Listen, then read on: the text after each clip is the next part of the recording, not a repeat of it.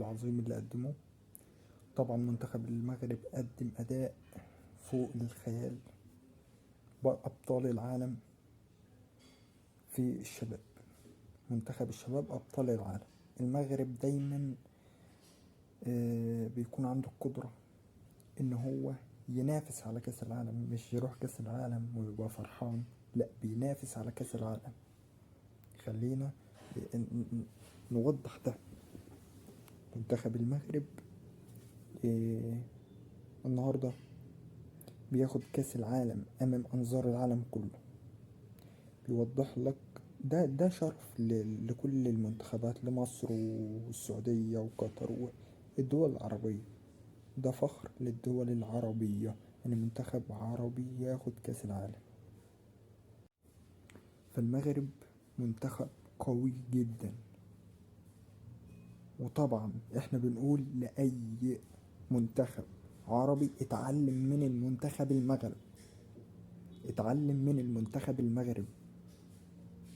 مش واحد طالع فرحان ان هو خسر وطلع من البطولة. ايه ده؟ ايه اللي انت طالع بتصرح بيه ده؟ احنا عندنا منتخب المغربي، احنا بنشهد بقدراته واحنا مشجعين للمنتخب المغربي مهما كانت بقى. اصل احنا كلنا في دايرة ان احنا كلنا عرب، فالدول العربية كلها مبسوطة وفرحانة للمنتخب المغربي، ولازم نكون مبسوطين للمنتخب المغربي. ده موجز الأخبار عن المنتخب. نيجي بقى الأهلي، الزمالك، بيراميدز، التلاتة شرفوا أفريقيا. النادي الأهلي، نادي بيراميدز، نادي الزمالك شرفوا أفريقيا، شرفوا منتخب مصر في أفريقيا. النادي الأهلي بيفوز على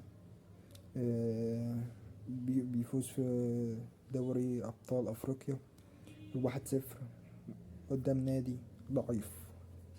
الزمالك بيغلب 6-0. بيراميدز بتغلب نهضة بركان في ايه؟ في كأس السوبر الأفريقي. الزمالك كونفدرالية. الأهلي دوري أبطال أفريقيا. 3 مطوشة، آخر 3 مطوشة. طبعا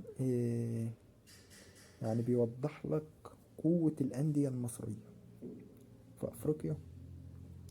هي مصر ما عندهاش غير أندية قوية، لكن كمنتخب، منتخب الشباب، أنا بقولش ضعيف، بقول محتاج فكر كويس، محتاج فكر كويس. عندنا منتخب محتاج فكر كويس بس، وهننافس على كأس العالم. ده بالنسبة للمنتخب المصري. إنما بالنسبة للأندية، الأندية اللي بينجح الأندية عندنا إن مجلس الإدارة ناجح، بالذات مجلس إدارة النادي الأهلي ده في حتة تانية. مجلس إدارة النادي الأهلي في حتة تانية، ومجلس إدارة نادي بيراميدز متطورين بشكل كبير.